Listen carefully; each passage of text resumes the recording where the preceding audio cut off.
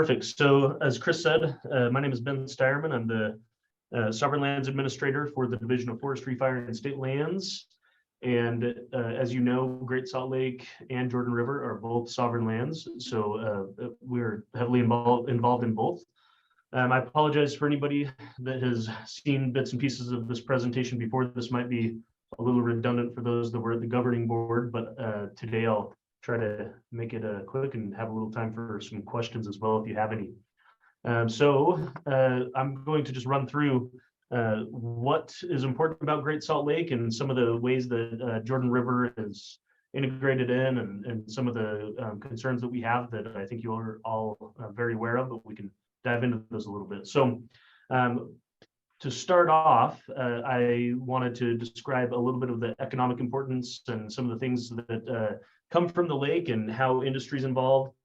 So Great Salt Lake Brine Shrimp Co-op provides 40% of the world's brine shrimp eggs, which are used in aquaculture. So you get a lot of your shrimp from the nutrients that are derived out of the brine shrimp. So a lot of that farm shrimp you get has a tie to Great Salt Lake. We have U.S. Magnesium that produces all the primary magnesium in the U.S. and provides 14% of the world's total supply. So you wouldn't have beer cans or Diet Coke cans or any of those hardened aluminums if it weren't for the magnesium that's produced out of the Great Salt Lake. We also have Compass Minerals, who produces sulfate of potash. It's a specialty fertilizer in high-value crops such as almonds. So a lot of the almonds you receive also have ties to Great Salt Lake, and they are the largest sulfate of potash producer in the world. And then now we also have interest in producing lithium. It hasn't been economic in the past, but now that technology is improving, there is the ability to extract lithium in methods that don't involve evaporation and can handle lower concentration. So we're working with industry to look at producing lithium in a way that doesn't involve any depletions. That's the idea, and we're hoping to update our rules that we're working through right now to reflect that. That's important because lithium provides, of course, batteries, which you all know, but it also plays into the medical equipment as well.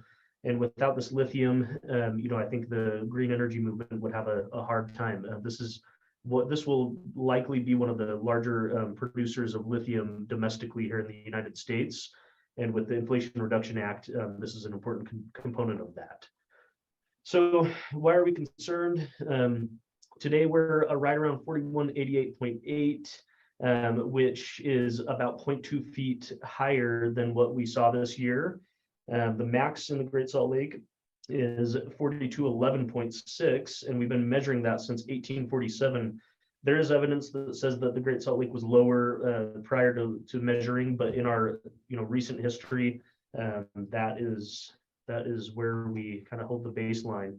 The previous historic low was 4191.35 back in October of 1963. So with these unprecedented lows, we're not only worried about industry and dust and things of that sort. We're also worried about the ecology of the lake, very much so. There's a lot of birds and other species that rely on the Great Salt Lake, which I'll dive into here in just a moment. But this is just a depiction here that shows what the lake looked like at its high, and then also at its almost recent low. This last image here in 22 was taken in October, so not quite at the very low. So Great Salt Lake inflows. So we have really three major tributaries to the Great Salt Lake: the Bear, Jordan, and Weber rivers. The Jordan River makes up about 16% of the total inflows into the lake. And you can see here that there's about 1.9 million acre feet that flows into the lake each year on average over the past 30 years. However, last year we only received about 0.8 million acre feet, or just under 800,000 acre feet. So we're short a lot, and this doesn't take into account other groundwater and other things. This is just our tributaries. But that does leave us with quite the shortfall, and one of the reasons we're seeing such a rapid decline in the lake levels. So the importance of the Great Salt Lake, it's really, I mean, it's of economic, or excuse me, of hemispheric importance for migratory birds. It supports between 2 and 5 million shorebirds and as many as 1.7 million eared grebes and hundreds of thousands of waterfowl during spring and fall migration. It also supports 2.2 million ear grebes. It's the largest staging population in North America, 500,000 Wilson phalaropes, also actually the largest staging concentration of the world, and then the world's largest assemblage of snowy plover. The Great Salt Lake also has an incredible amount of economic impact, about $1.3 billion of impact in 2010 money. So you can imagine with all the recent inflation, it's probably even more impactful now. And hopefully we'll get some better numbers soon that we can update. I took that from these introductions that we have a lot of skiers here, and it's very important for our snowpack. Without the lake effect snow we have, it's estimated that we'd have about 5 to 8% earlier snow melt that's for the dust. But we also have the up to 10%, I believe, for snowpack contributions. I believe it adds an extra 2 weeks on the tail end to our ski season. I think David might be able to solidify some of that information or give you more accurate picture of what it does to our ski season. But the dust certainly affects the way it melts. We also have important access on the lake for recreation, mineral extraction, and the brine shrimp industry. And then with the reduced levels, we're also seeing an increase in salinity. It's hitting a point now where we're hitting the threshold for brine shrimp to sustain themselves and reproduce. This year, I believe we are about 185, about 18.5% right now, which is about the point where they can't produce anymore. We want to be somewhere between 12 and 16%. So we're seeing impacts to microbialites, brine shrimps, and of course the brine flies, and then also the birds that rely on them. So a lot of impacts that we're very worried about, and I will talk a little bit more about some of the ways that we're looking at solutions as well. I won't dive too much into this because this is very hypothetical, but some of the potential costs of a drying lake and how we could mitigate those costs are listed below. A lot of this is derived off of different drying saline lakes, across the lake and the world, and some of the impacts that they've seen from, dust and the guy yelled at me for being inside the car. Dust and other issues there. So, what can be done? So there's a lot of different things that could be done outside of conservation and also just increased precipitation. I think that's what we really need is more moisture and more conservation. But some of the things that we're doing in the state legislatively, there was a $40 million appropriation for the creation of a water trust. And in the governor's budget, there's additional funding that was proposed. So we'll see how that goes during the session. But we're a mere days away from having that agreement finalized. And I'll talk a little bit more about how the Jordan River plays into that. HB 33 also plays into that water trust because it allows the state to hold water rights now for the sole purpose of basically, public trust use. So our sovereign lands can now have a water right for the sole reason of just having water in them as they are meant to have. So it's a major improvement to the past where we couldn't hold the water right for our sovereign lands. We also have HB 157, which redirects the way that we utilize our revenue that we make on sovereign lands. So now every cent of revenue that comes from sovereign lands is prioritized for sovereign lands. So any of the money that we make on Great Salt Lake from industry, like lithium extraction here in the future, or potash or mag chloride, that will all be reinvested back into the lake. So it's a great benefit. In the past, we funded the State Fair Park, and we kept the national parks open for a little while when they shut down. And there's a lot of things that just weren't related to the health of the lake. So this was also a great benefit. HB 429 is the Great Salt Lake Integrated Water Assessment, which will take a better look at the entire watershed. And then we also had HB 317, which enhanced our trespassing rules. And what it boiled down to was it better defined what a motorized vehicle was. We had a lot of people driving on the lake bed, and that causes impacts to the crust of the lake. And so this gave our officers a bit more teeth to write citations, and also defined that so there was no confusion as to what a motorized vehicle was. So we also had some investments into the lake outside of the ones that I just spoke of. The comprehensive management plan got a $400,000 funding. So that's something that we're going to be looking at initiating here in the spring. We'll certainly be involving the Jordan River Commission as a very close partner on being a major tributary to the lake in that process.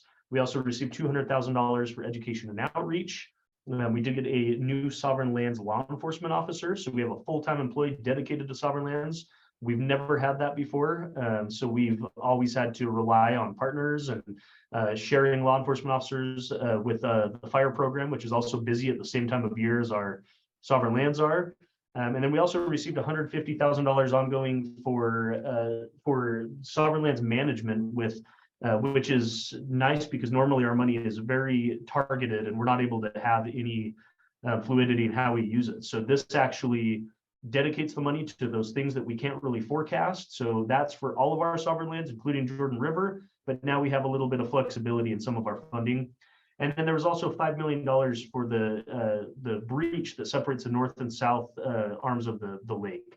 It also is meant to fund the dredging of the marina, which is currently unusable, which creates a kind of a risky scenario for search and rescue. They average, well, I shouldn't even try to remember the statistic, but planes do go down in the Great Salt Lake. They're not usually commercial, but we do have planes that go down. And that's one aspect. And then we have hunters and recreationalists that get trapped out there. They don't quite understand how harsh the environment can be. And now we're having a hard time being able to help those folks out. The modification of the breach occurred back in August, and we saw immediate results. The north arm brine, which is saltier, quit coming into the south arm as quickly, which was a way that we were immediately able to slow down the rise in salinity in the south arm. Now we're actually looking at completely sealing off the north and south. So we're going to use the causeway as a dam. We're working with the Division of Water Resources to help design that, and Water Resources has also modeled what will happen under these circumstances. And what we're seeing is that under with the modeling, we're basically compounding the benefits of increasing flows, because all of the major tributaries go into the south arm. So as we're cutting off approximately 40% of the lake surface area on the north arm, we're able to see the lake rise more rapidly and also reduce its salinity more rapidly. So this will be a major benefit. If we can drop that salinity down, we have the potential to, help the ecosystem out, and that's where most of the ecology lies, is on the south arm with the brine shrimp and the other wetlands there. So we're really hoping that this will have an impact, and we're hoping to have that done hopefully by the end of January.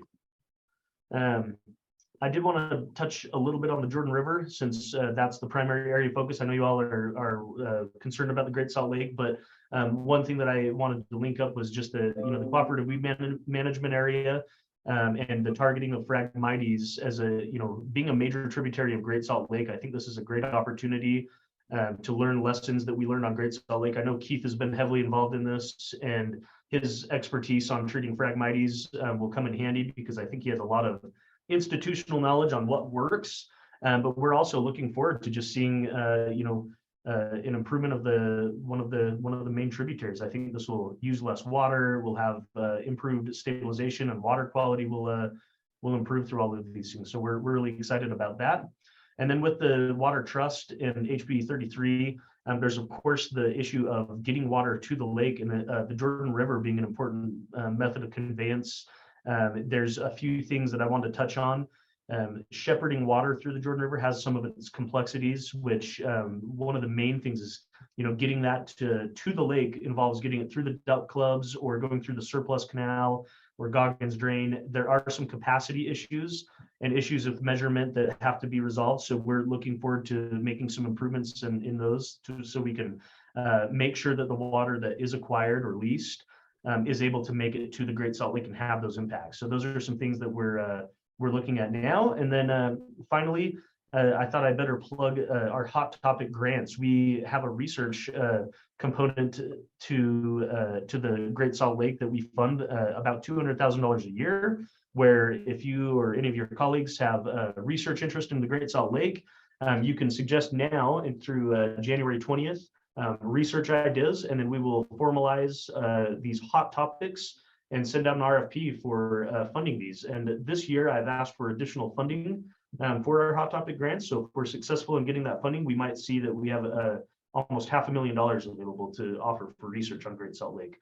So we're really hoping we get some good ideas this year for research. And let's see, I think with that, I will end, and I probably blew through my time. So I can take questions, or we can skip to the next one.